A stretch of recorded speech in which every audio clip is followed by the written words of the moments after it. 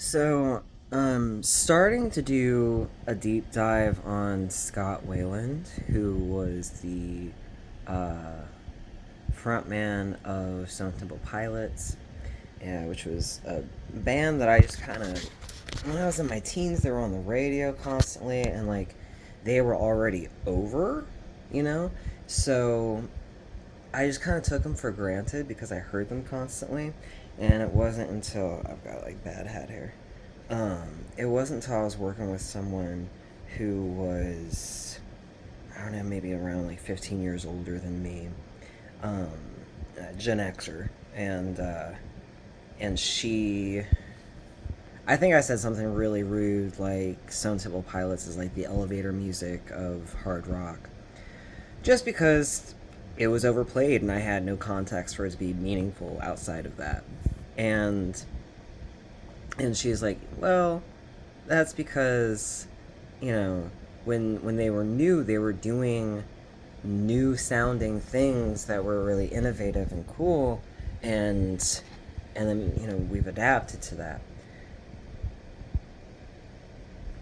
But anyway, Scott Weiland really interests me, and because like there's always something that kind of made me uncomfortable about him, like there was just something that I was like, and I didn't want to deal with it. And now I'm starting to be like, I want to look at it closely and I want to understand.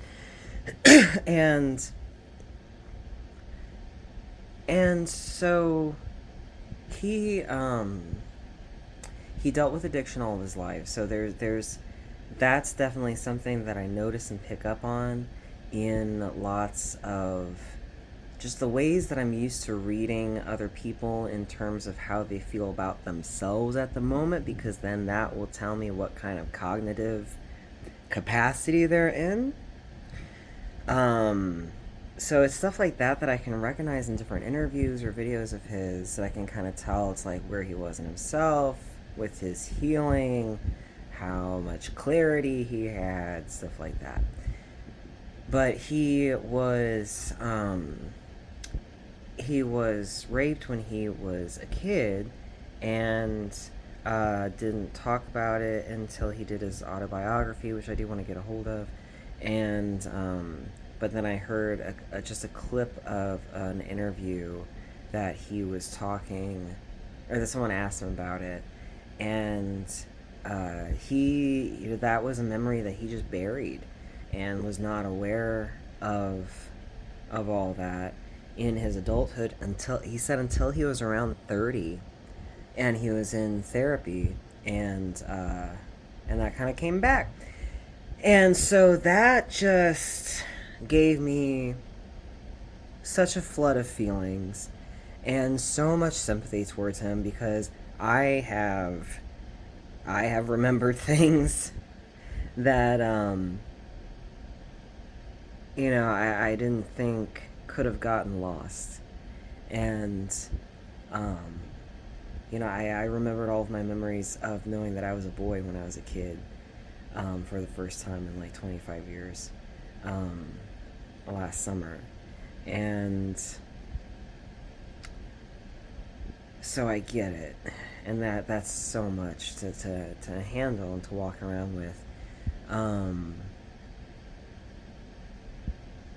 But there's also just, I don't know. I want to do another video and talk more because I'm about to run out of camera time on here. But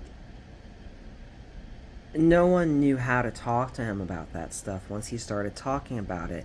And that's another huge.